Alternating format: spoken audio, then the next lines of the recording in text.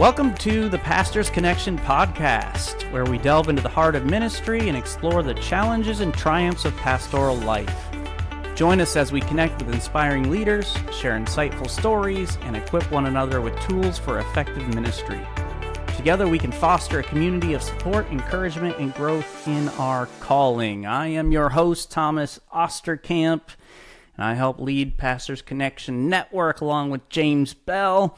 Today's episode is brought to you by BroTech Design. BroTech Design is your go-to destination for exceptional web design and reliable hosting solutions.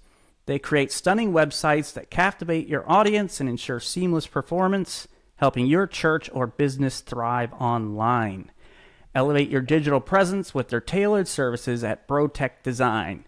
You can contact them today at info@brotech.design for assistance and to transform your online experience. And here we are with our inaugural episode, Pastor's Connection podcast, and today's guest is our founder, James Bell. James, glad to have you on the podcast as we kick things off today. What's up, man? It's good to be here. Good to see this step going forward, man. It's awesome. Yeah, so we're going to be talking about loneliness in ministry, the Pastor's Connection Network, and how that all got started, what we're hoping to do in the future. Before we do that, though, let's talk a little bit about your family and introduce you guys to everybody out there in the network. Yeah, man, I got my wife is Susanna, and she is just awesome. She is my rock. She has been with me up and down. We've been in ministry about 15 years. It's gone fast. Goes I count by ministry so years, fast. dude. I count ministry years like dog years. So I count like I've been in ministry for like 100 and some years. Feels like it some days. And then we have 5 boys. So I have all sons. So we did not hit geez, that. you're the exact opposite of me. I got 4 daughters. Man, I mean, we could. I think in the Old Testament they kind of work things. No. Yeah, exactly. Yeah, Well, you pair you up with you, and you pair up with you. Yeah. No, I have 5 sons, all the way from 13 all the way down to 3, and so we have the full range. And so I've been a pastor at First Baptist Church of Fenton, Michigan. So the frozen chosen, as I call it, the frozen tundra. Are you guys even above freezing up there yet? Just got above freezing, and so shorts and sandals are out in Michigan. It got above freezing, so it is That's shorts crazy. and flip flop. Yeah, people are crazy already wearing shorts. I've seen it, and so we've been here going on a decade. I pastor with one of my close friends, Cody McNeely. He's our family's pastor, but he does so much more. And so our church was kind of like a revitalization, and we came in, and God's just been faithful through the whole thing, and we're really in a good spot ministry wise, and seeing a lot of health and growth, and just it's encouraging because for a while I wasn't sure if I was going to make it in revitalization type work. So That's tough work. yeah, man. Very tough work. We'll be doing a podcast episode on church revitalization here coming up. But so you've been there for 10 years. What's your pastoral experience before that? I planted a church and with a good friend of mine down in Shelby, North Carolina. It's called City Baptist Church. And then I led a rescue mission ministry down in North Carolina as well. So it wasn't necessarily in pastoring. I traveled around to different churches, and we're in different churches almost every weekend as a rescue mission. So that was my prior work to this. So inner city church planning and rescue mission. So then God brought us up to a historical traditional Baptist church up in Michigan. So complete polar opposite spectrums. Yeah, and that has its own challenges for trying to revitalize. I did that in Iowa, and so I understand the challenges that you face with that versus the old traditionalism and all that, and trying to bring things forward. Yeah. Yeah. What's been your biggest success, favorite thing that you've seen God do there at First Baptist Fenton? So traditionally in this area, and I don't know, it's probably not unique to us, but in this area, church planning was done by church splitting. And our church, I mean, seriously, I mean, it was just that, I mean, unfortunately many churches in the area. And so our church is coming up on 175 years this year. And Wow. I think we have quote unquote started about 15 churches in that history from church splits. Yeah. And so really just really bad like competitive kingdom like I call it like silo ministry. Like our church was competitive against this church, and we didn't Yep. talk to each other because we had split in the past, and just a lot of bad blood. And one of the things that, and this really was probably the birthplace in my heart for like a pastor's network, is I got together with a friend of mine. He's in the network, Daniel, and Daniel Patz over at Faith Church in Linden, and we just became friends. And I said, and our church had a lot of bad struggle, a lot of bad relationships. Their church had sent, our church had split, and then their church had issues, and then a lot of people moved back and forth, a lot of just issues. And we got together. I think it was a Good Friday. We just said, hey, we're going to have a joint service together as churches. And it was like, I got a lot of feedback in my congregation, like, oh, we just never done that. And Yeah. don't you know what happened? And, but man, we did a joint service together on Good Friday, and we took, we took the Lord's Supper together as churches. And I think the message was on forgiveness. And I mean, we've seen people that had not talked in probably 2 decades reconciling between churches, and like it just birthed this That's friendship, not only cool. between us as pastors, but between us as churches. And then it's grown to multiple churches. Now we have close relationships, and all of us pastors are friends, and we have like a texting group that we just helped each other. And it was like a lifeline for me. It was Yeah. like a lifeline in my ministry. So that's probably one of my favorite things God's done. There's a lot, but if I had to, that's definitely top three. Yeah, and that's cool because like in Iowa, as I mentioned, we were revitalizing. It was actually my home church that I grew up in, but very conservative, very traditional church, and we started making some steps out of that traditionalism. Mm-hmm. And so as a pastor, I was basically isolated from all the other quote unquote like-minded churches in our area. It was like, Yeah. okay, I'm what they would call too liberal for their churches and then too conservative for the other churches in town. And so, man, it was so lonely. And it's night and day moving here because we have, like Mm-hmm. you were talking about, most of the evangelical pastors in the community, we text, we meet once a month for lunch. Like it's been a great experience. And that kind of brings me to this conversation we want to have today about loneliness in ministry and building up a network of pastors where we could find help and camaraderie. So, what is kind of your own personal journey in pastoral ministry, and how has it shaped your understanding of loneliness among pastors? Yeah, I think in my ministry, like I think we get so caught up in, especially in revitalization work, because you're fighting battles that, man, you weren't really prepared for in coming out of seminary, if you know what I mean. Like it's like I think when we came out of seminary and into ministry, and we were in ministry before we took a church, but you're kind of thinking like, I'm going to kind of storm the gates of hell with a squirt gun type of Yeah. mentality. We're going to take this town for Jesus. And then, you try to, talk to Miss Betty that's played the organ for 30 years about not maybe playing the organ. And then you're in your office crying on your floor Yep. because Miss Betty's got a sharp tongue. and I think that mindset of what you think ministry is going to be, and then what it actually is, and how ill prepared you are emotionally to Yeah. deal with like the criticism and the gossip, and then you see the weight of it on your family. And then I think all of us pastors or people in ministry could, then you try to open up to someone maybe in the church, and then that gets used against you, or you feel betrayal for the first time, or you start making momentum, and then three of the new families you reached have left, and you start that cycle of maybe it's me, maybe I'm a failure, maybe I'm not doing enough. And then you kind of fall into that, I need to do more. And then you get busy and you get consumed with stuff that really is not as important as your spiritual walk. And it's easy to get cynical. I mean, if you're not careful, man, ministry it'll wreck you.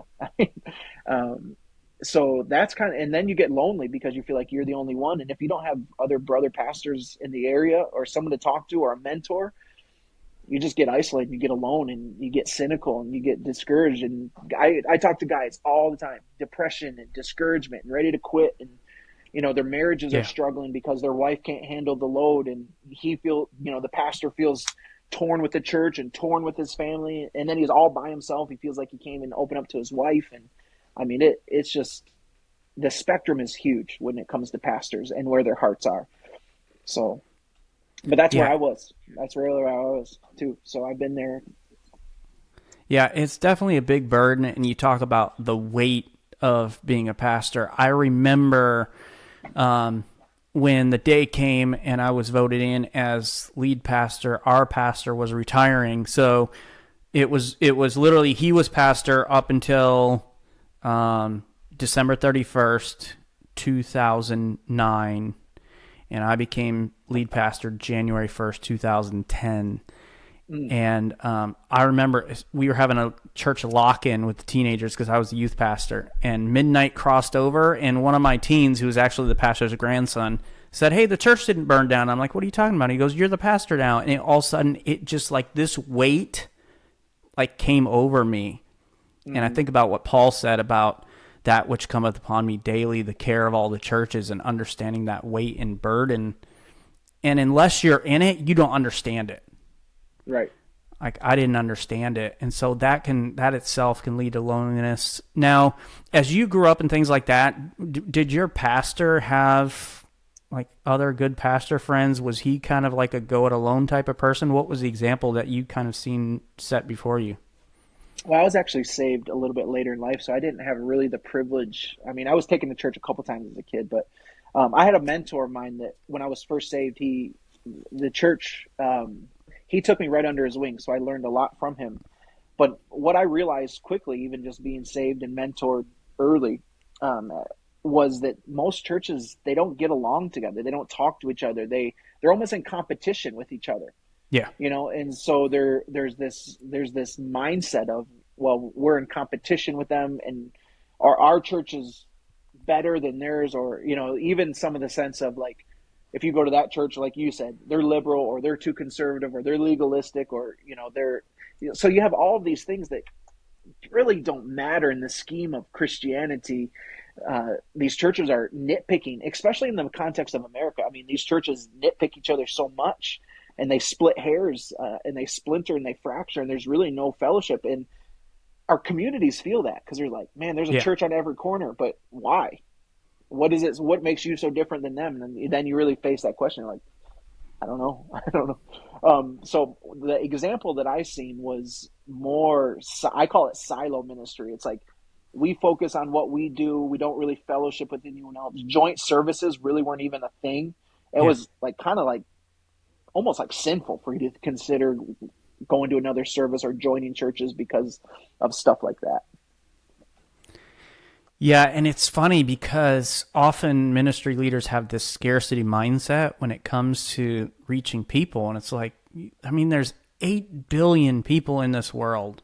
And if Yeah. you just think logically about how many people are in your specific community and how many churches it would actually take to reach them all, I mean, there's so many people. There's enough for all of us to do what God has called us to do. And we are on the same team, reaching the same community. Yeah. The Um, kingdom of God, the kingdom of God is so big. We don't need to be tripping over each other. Like yeah. it's wild to me. But Well, and I really believe like God creates and equips each of us very uniquely. Like he has gifted and created you specifically to do some things for him, and he's created me totally different. And so there's mm-hmm, going to be people who connect with you greatly that don't with me, and vice mm-hmm. versa. And so we have an opportunity to reach a different segment of the community. Yeah, and none of it's wrong. Like I think so many of us, I see a lot of guys that are like trying to be like cookie cutters. I need to be like this Yeah. pastor. I'm like, just be yourself. Just be yourself. Be who God created you to be. You're unique. You're going to reach people that no one else can. Just find that. Be yourself. Like that's one of the most important things I teach you pastors that come in, especially in their first ministry. Like literally, just be yourself. Be who you are.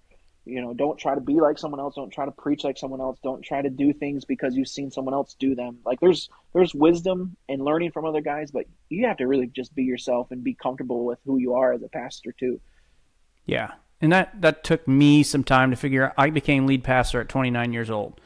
Yeah. And, it definitely takes a while to figure that out But man, once you do, there's so much peace and comfort in knowing Hmm. that I'm the way I am because God created me that way and He wants me to serve Him that way. Hmm. But it is lonely often being a pastor. So, what are some signs, in your opinion, that a pastor may be experiencing loneliness in their ministry? And why do you think it's important to address this issue of loneliness?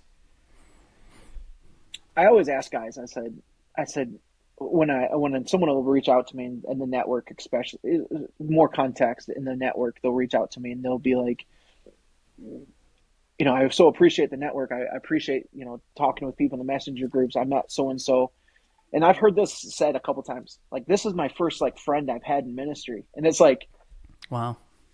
and I think like as pastors we're surrounded by people, right? We're surrounded by people. We're surrounded by families. Our kids have friends in the church, But the reality is, like, do you have someone that you can just be like? I always say it like this: I have very few friends where I can just be James. I don't have to be Yeah. Pastor James, just where I can be James. Like I can just be a regular guy, a regular person. Because I think the thing for me, at least, and I won't speak for other people, is pastoring is it's easy to let it become your entire identity. Totally. Everything you do, everywhere you go, like even when I go to the gym and work out, it's like I hesitate to tell people I'm a pastor because I hate being. It's not that I hate being a pastor, but I hate how it's always it consumes your entire identity as a person. Well, and people And so, change the way they interact with you also once they know. right. And so I asked guys that I talked to, I said, who are you just Thomas with? Do you have anyone that you can just be Thomas, like where you can share your marital struggles, or you can share, your struggles as a pastor, or with your job, or with your life, or with your depression, or whatever? Who can you just be, Thomas, or who can you just be James? You don't have to be Pastor James. You don't have to have it all together. You don't have to have all the spiritual answers. You don't have to be the guru. You don't have to be the go-to guy. Who are you, Abe? And you know how many pastors tell me they don't have anyone like that? Yeah. I mean, they don't have anybody. And so they'll be like, well, I go to coffee with a pastor in town. I'm like, but what are the depths of these conversations? Are you just talking shop? Like you're just talking like problems and, or is it is it like a soul reset for you to be around somebody? And most pastors don't have that person where they can just be like, man, this week, I just wanted to give up. And Yeah. my depression has just been out of control. And I'm just, like, who's that person? Most pastors don't have that. And that's the number one sign of loneliness. Well, and that's the way that I was, my wife and I were up till a few years ago. We were literally just like, aren't there just normal Christians and other normal pastors? And it wasn't until we connected with a different pastors network that's no longer in existence that we Yeah. found some connections. In fact, still some of my greatest friends to this day that I can just be Thomas with are Yeah. because of that. Hmm. But I went years Yeah. alone in the ministry thinking I couldn't have friends and that it just wasn't going to happen that way. Um, so when we think about that loneliness here, and it kind of leads into this question I want to talk to you about a little bit, um, and that is what inspired you to create the Pastors Connection Network specifically, and what are some needs that you hope to address for pastors with it? Yeah. I think it was it's kind of twofold. It's when we saw what churches working together and fellowshipping together and reaching our community together and doing stuff together and friendships among pastors, it was almost like a revolutionary thought. I'm like, why don't churches do this all over the place? Like, Yeah, why? But then the friendship that came from that, like my ministry was transformed, and me personally. Now I didn't say my ministry, but me as a person, because it was like, man, I these guys care about me. They love me. They text me, hey man, how are you doing? Like really, um, or and so the pastors network was kind of birthed out of something that was small here, and then I'm like, well, let's try to do it bigger, and we kind of created like a Genesee County. That's the county we're in, like a okay. pastors fellowship. We started getting together once a month, and it was like countywide, and it was like, and then we started having pastors and people reach out like that were all from all over, like, man, how could that be replicated? And I'm like, so just, and I'm kind of the visionary. I'm a visionary type, so I'm not the most organized person. I'll confess that right now. But I love to dream, and I love to think of what God can do. And I don't know if that's a spiritual gift. My wife doesn't think so, but I Yeah, like to think that it's a spiritual gift. Um, but then I'm like, what? Because all the networks, and I'm not trying to, but they're always like aligned with like um, a denomination, or like, sure. the Methodists or the Southern Baptists or the, and really what happened in our area, it was like there's a lot of denominations involved. And at first I thought that was like, that's like ecumenical, or, and I always had those Yeah, negative connotations towards that. And then I'm like, actually, when I sat at coffee, with a Lutheran pastor, or when I sat at coffee with a Methodist brother, or when I sat at coffee and we actually started talking about these things, and I'm like, the things that separate us are really just, a lot of them are made up in our minds. We're not actually hearing them heart to heart, face to face, because we're so separate. And once I started doing that, I'm like, you know, that's where that phrase, it's kind of in what we share often. But if we can agree on Jesus and the gospel, we can have coffee about literally everything else. yeah, And so I just started building friendships and relationships, and then I think I just messaged you. I was like, Thomas, I said, what do you think about this? And your heart was like, dude, let's do it. And then totally. it just kind of exploded. It was just like, because it's a space where, and this is my heart, and I try to strive, because I don't want to be inundated with resources are important. You'll see some of that, Yeah, but a place for pastors just to be James or just to be Thomas, and just find that relational connection. And I think we're pastors, right? Resources and collaboration and that stuff's going to grow. That's just who we are as people. totally.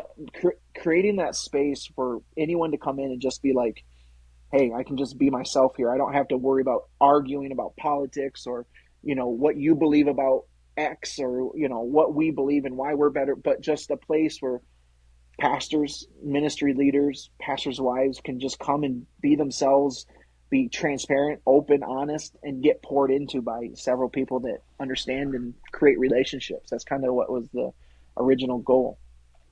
Well, and I do remember, actually, I think it started, you made a Facebook post in a group, just like, hey, is anybody, would anybody be interested in like starting something? Mm, yeah. And I think there was a good amount of people that basically were like, yes, but I think it Mm. finally came down to me and you who were like, yes, but we're actually willing to put in the work to make it happen for everybody else. Um, but that was the thing for me too, is like, okay, I was in this network, this other network, and that's where I found connection, and that's where I Mm. found a place where I could have like deep relationships with guys who are going through the same thing I'm going through.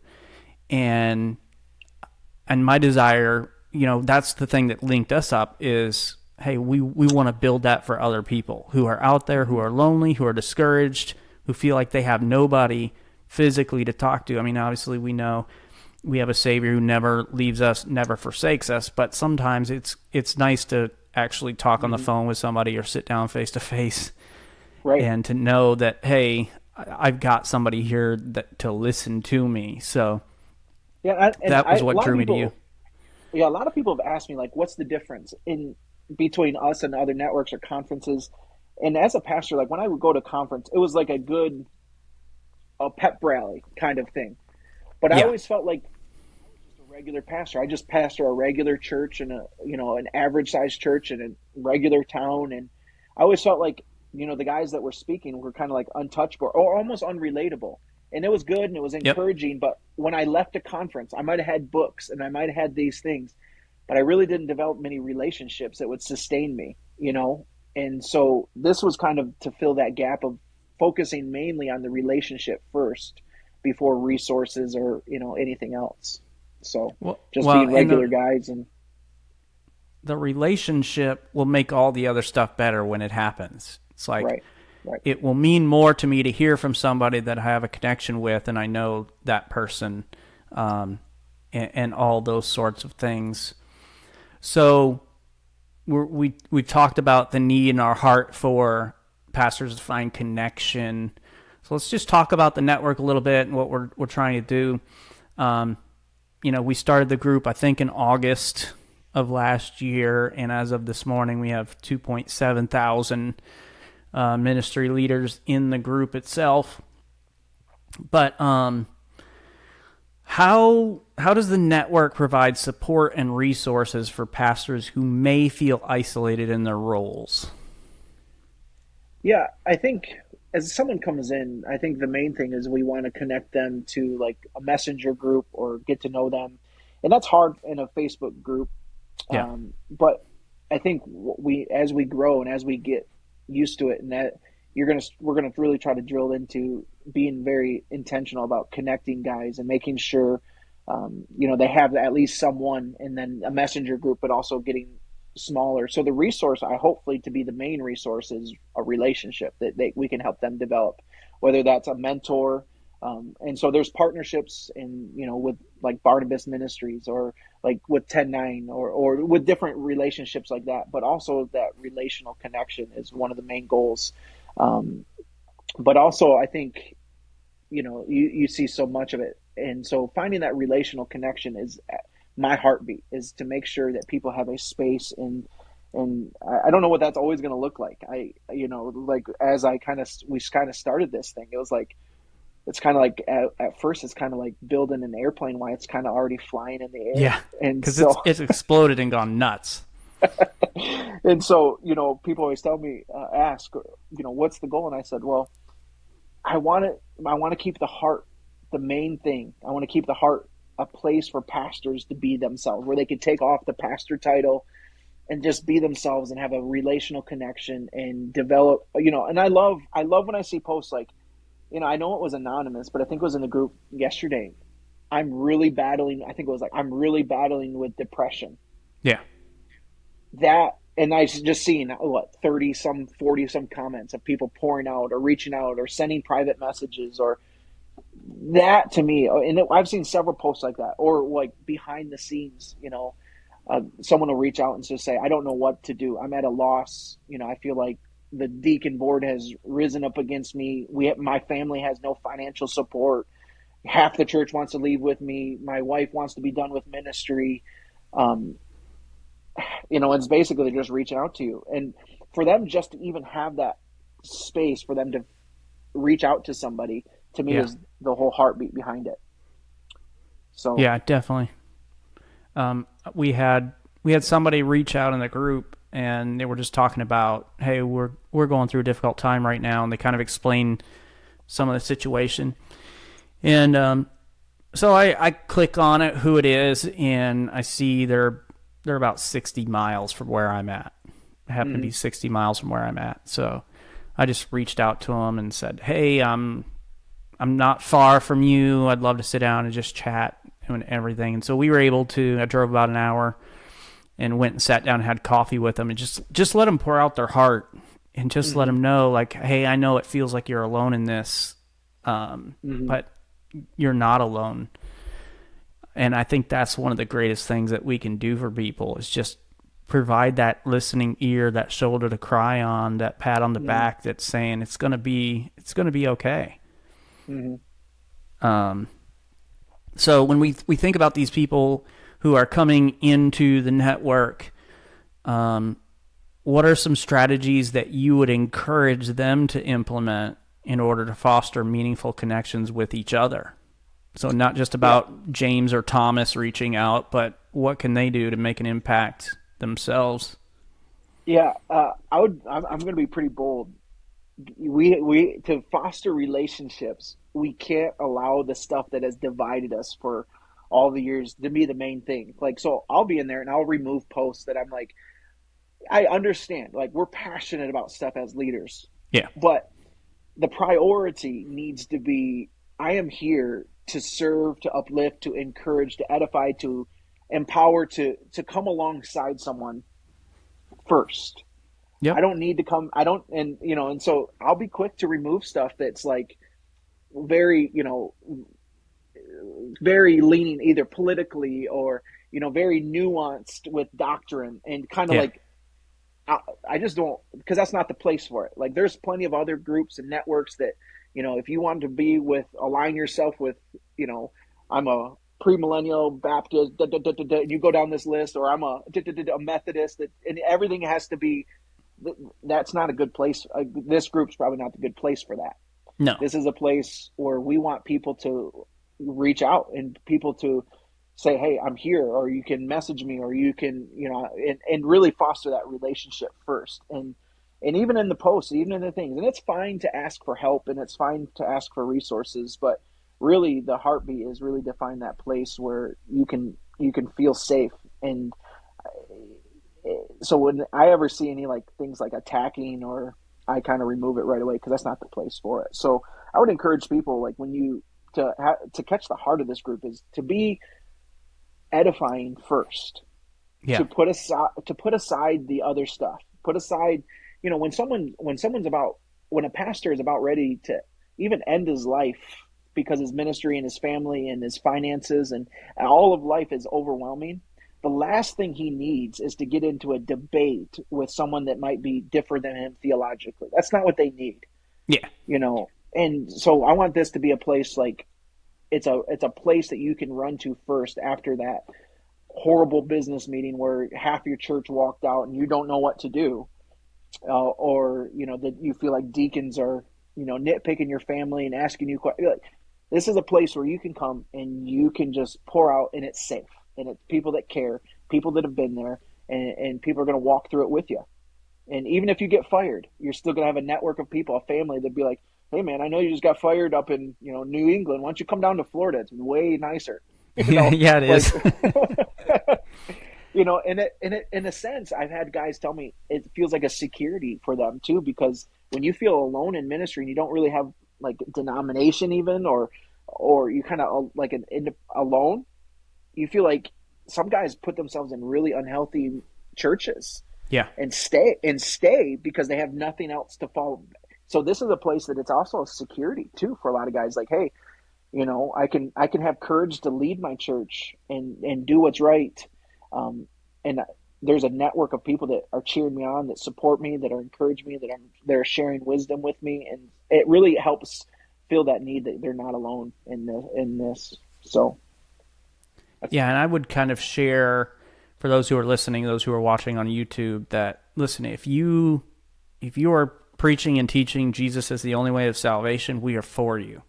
Mm-hmm. Like, all the other stuff really doesn't matter. And I say this to our people at our church because I lead Beachside Community Church here in Palm Coast, Florida. We're a non-denominational church, and we have people from different political backgrounds, different religious upbringings, backgrounds, different races, different socioeconomic backgrounds. And I'm like, hey, we're all different. Mm-hmm. And actually, that's a great thing. Mm-hmm. But these are the things that unite us, and we are united to reach our community for Jesus. And so all the other peripheral stuff, we have differences, and that's okay. But we are on the same team, trying to reach this world with the gospel of Jesus. So we are for you. And I'll say this also, when we're talking about what people can do to, foster meaningful connections with each other. When you come in the group, you don't need permission from myself or James to encourage people, to uplift, to offer advice, prayers. If you see somebody struggling and you feel led to help and reach out, we encourage you to do that. I mean, anything you would add along that line, James? Yeah, I would just, I would just say make it a place that's, people feel safe to kind of open up, because that's fragile. That's a fragile thing that I think we have to be careful to nurture as a group. Yeah, I think that can be lost pretty quickly if we're not careful. Like if someone opens up about depression, don't go, well, I just don't ever struggle with that, and I just don't understand why people do. Like, just don't say anything at that point. Like, yeah, exactly. Well, I've had people say that to me because I had some sexual trauma that happened to me as a teenager, and I've struggled with depression ever since. And, you have people, and maybe they're well-meaning, maybe not, I don't know, that are just like, well, it's a spiritual issue. Like, you just don't love God enough or whatever. Like, okay. Right. Yeah. Just thanks for the encouragement. Appreciate it. Yes, exactly. But the network itself is so young. I mean, we're just getting things started. but we've already been able to see God use it in some amazing ways. Would you mind just sharing some success stories or testimonials from pastors who have benefited from being part of the Pastors Connection Network? Oh man, I mean, I get several a week. I've had guys that, and I'll be cautious because I don't want to break any trust, but guys that I don't think they mind me sharing this, were on the brink of suicide. I mean, Yeah. literally, like their church, they felt like it was out of control, and the criticisms and the divisions and the problems in their church, their leadership had turned on them. Their wife basically was just done with them, because of ministry had consumed them, and they just felt like everything was a failure. Everything was, there's no way out there. And they said, I opened up, and then I realized there's 10 different guys that have been there that felt like that, and that have poured into me, and they just said thank you for doing something like this. Yeah. And they were in they pastored more in a rural region, and they really didn't have anyone to reach out to. And then it's one thing to say, oh, here's a good book about this, or listen to this, or like, man, you need someone just to pick up a phone, or just to pick up FaceTime with them, and just Yeah. just to listen, just to let them pour out, and just let them know, hey man, I'm here for you. I don't have any answers. I can see, how much pain, and that's been multiple. I mean, I've had multiple, maybe not to the severity of suicide, but multiple, to the point of ready to quit, ready to give up. One, we've developed a good relationship. He was ready to quit, like just be done at his church, just be done. And I said, man, I said, before you just make a decision after a really bad meeting, why don't you just wait? And I said, you and I will just talk regularly, and just you share your heart with me, I'll share my heart with you. I'll, and now I think it's been about 2 months. He messaged me. He goes, dude, I'm so glad I didn't walk away. He goes, my church is doing so much better. Those Awesome. families that were causing this problem. He goes, because I encouraged him. I said, just you kind of have to be bold, and you're just gonna have to do it by faith. But you're gonna have to face these families. And they left, and he goes, dude, our church is thriving. He goes, we've had growth, and we've seen new people saved and baptisms. He goes, I'm so glad I stayed. And so just those wins, like, man, Yeah. those are just, it makes it worth it. I mean, if you ask me, it makes it just worth it to know that, those families, because that pastor stayed, because he stood up to the bullies in his church, and he fought through it, and he had someone walk with him, and just to encourage him, that now people were saved and baptized, and his church is in a healthy trajectory. I mean, just by simply being an encouragement to a pastor, just there's so many stories I could share like that. Internationally, guys feel like they're valued, and that to me is huge, because a lot of Yeah. times can we get in trouble on the first episode? Yeah, totally. Let's do it. All right. Let's wade right in. I mean, let people know what they're in for. So I always jump into the deep end, so stop me if I. But sometimes, like in America, we think like we have missions figured out, and you need to do it our way. Yeah. I've always had the heartbeat that we need to learn from people maybe in other nations equally as we would have anything valuable to give to them. That Totally. we as the American church need to learn just as much from our partners in other nations than it's not so much we need to go over there and have American missions. And so I've had some international guys say to me, and this is my heart too, I have a big heart for international ministry and kingdom collaboration, but they feel valued. And to me, that matters. That matters to see the kingdom of God, because the kingdom of God is so much bigger than America. It's so much bigger than Yeah. Michigan or Florida or the United States. God is doing works all over, and this things that you and I struggle with, and here in America, these guys struggle with too. And to Yeah. have a network where these guys are included and valued and brought in and listened to, that. So, anyway, that's kind of my soapbox too. Yeah, and that's really the thing that all of us are looking for. We're looking for someone to value us. Mm. And I think about a conversation I had recently with a pastor, and he was just struggling. It actually got to a point where his church, people in his church, a small group, rose up and basically fired him and against the bylaws and the Constitution and everything. And he was just struggling. I just sat there and while he poured out his heart and everything that had happened, and he just wanted somebody to care about him, to value him as a person, not even just a pastor, Mm, but just as a person, mm, with all the betrayal and all the stuff that he went through. And that is what we want the network to be, where, hey, we are different, and that's okay, but I see the value in you, the person that God mm, has called and created to serve his church and to reach people. And whether that is here or whether that's around the world, yeah. that's a universal thing for all of us. Mm. Um, we'll get into actually. Let's just jump into it here. So, what is your vision for the future of Pastors Connection Network? Like, I know we're just getting started, but you're a visionary. I'm a visionary. Um, what does the future look like in your opinion? Yeah, I want the Pastors Network to be by pastors for pastors. And I've been a part of networks where it's like led by a few untouchables, like guys that seem Yeah, distant from the grind. You know what I mean? Guys that like, you've been you haven't been a pastor in a while. Like you've been yeah, traveling around, And I'm not trying to be that. There's a place for that. There's a place for that. But, a place for pastors by pastors, where we pastor each other. Um, I want to take it more than just a group that is on Facebook. I want it to be, I know you've started uh, some of the meetups down in Florida and really try to see if we can get some things on the schedule. And I know it's hard as pastors, and we're all still pastoring. And so yep, our schedules are tight, and we got busy, and we have families, and we have ministries, but to get at least once a year, twice a year, regularly, each region to gather together, even just to go to Top Golf, or even I love what you just let's just go eat some tacos. yeah, Food, I mean exactly. tacos.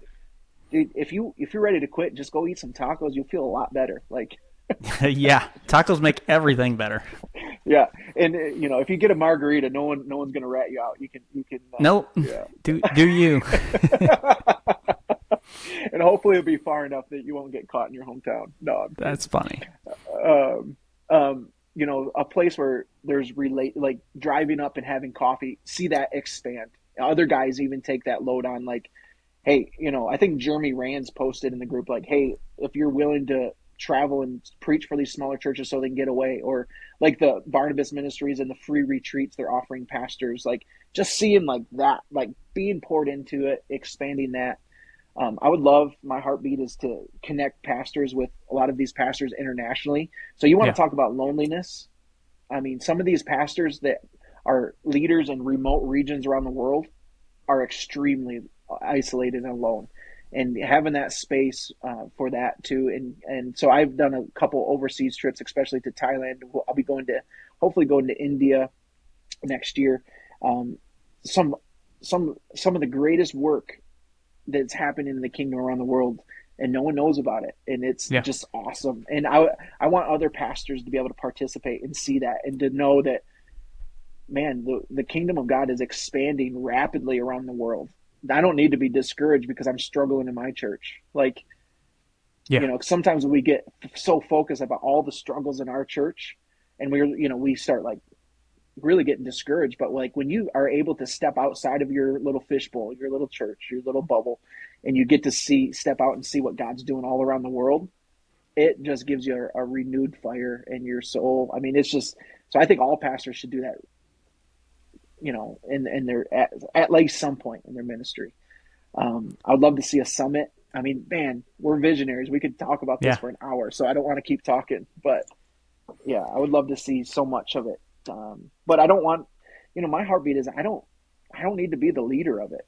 Like I don't want to be it to be big shots. I'm just a regular guy that pastors a regular church. There that just wants to serve people and serve pastors. So whatever that looks like, I'm just here for it and ready to see what God's going to do. Yeah, it's going to be a lot of fun. I do want to have you back on the podcast at some point in the near future to talk about um, missions and some of those things. The goal, hopefully, is next year to get a group of pastors from the network Mm-hmm. to go back. Was it Thailand you were talking about? Yeah, Thailand. My good friend Yupo, he's in the group youth. Yupo, unbelievable ministry and what he's doing in the northern tribal regions of Thailand, and he oversees the tribal leaders of Thailand. There's 8 tribes, and just they've had very little Western contact, and for various reasons. But I mean, they not only do leadership and help in Southeast Asia reaching the leaders, but those leaders now are able to open up the doors for the gospel community and to send and train and equip and to send people like into places like Myanmar, which is really closed off, and just an unbelievable work that, like he's been just all by himself grinding and just, it's unbelievable. Yeah. And I'll confess, like as an American, we're kind of arrogant. We think like Oh yeah. if the kingdom of God's advancing, surely it's being done by us. And that is, I mean, that's furthest thing from the truth. Like the gospel is spreading like wildfire all around the world without most of us. Like, Yes. so I would love to take a group there, and I've built really good relationships with Yupo, and he's going to actually be coming to the States. So I'll put him in a little plug for him if you guys want to have him come swing by. He's coming to the States in May, so he'll be here for a little Okay. while. So I'd love to connect Excellent. him with anyone. But yeah, he's going to come up to our church. We're going to try to spoil him and love on him a little bit. So That's great. Yeah, and that's the thing about this network that's so exciting is we literally have an opportunity to impact the world for the gospel of Jesus, and it does start locally. We want to build those local connections where you can get together with guys on a regular basis with some of the meetups, and that may look different depending on where you are. If you're watching and listening to this and you say, hey, I can be the person. Like it takes somebody, like James talks about, we don't want big shots. We don't necessarily want or need to be the lead, but it does take somebody who's going to step forward and do the organizing and take the lead in getting people together. So for me, I'm just like, you know what? I don't have a lot of extra time to organize a bunch of stuff, but let's go out to eat and let's just connect. yeah, Let's just yeah, talk. And we do have plans for the future for a summit and things like that, but I'm excited to see where this goes, but it's going to take all of us, and there's literally no limit for what we can do. So if you're watching or listening, hey, just tell another pastor about the network. Tell the pastors you yeah. know, and just let them know there's a place for them. And so what about this question here? As we're talking about the network, what advice would you give to pastors who may be hesitant to reach out for help or connect with others in the network for whatever reason? Um, yeah, I've been there. I understand. Like a lot of our resistance is because of distrust. Like it's really coming from a place of I've reached out before and I got, well, you just need to pray more. Have you been reading your Bible? Yeah, Like kind of like Job's friends. Like, tell me what sin you're in because you're struggling. So like, I get it. Like why we're hesitant to reach out. I felt the betrayals. I've had the bad advice. I've yeah, left. I've reached out and left more discouraged than I came. I've been there. But if you don't reach out, what's the alternative? I mean, we as painful as it is, ministry is about continually opening yourself up over and over and over again. I mean, that's what a heart of a pastor is as much as you've been hurt, as much as you've been betrayed, to not let your heart grow cynical. And so I would encourage you, don't be hesitant.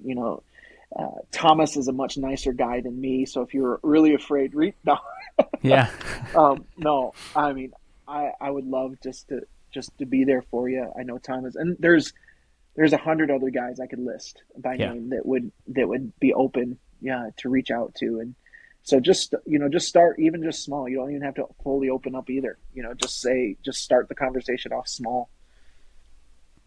Yeah, and I mean, I already talked about it a little bit, but I'll just open it up and take the first step for some of you because I have been sexually abused as a teenager. I struggle with depression, with discouragement. There's a lot of times where I feel like quitting, I feel like giving up. One of my favorite sayings to my wife now, because we do live in Florida, we live right on the Atlantic coast, and so I say, you know what?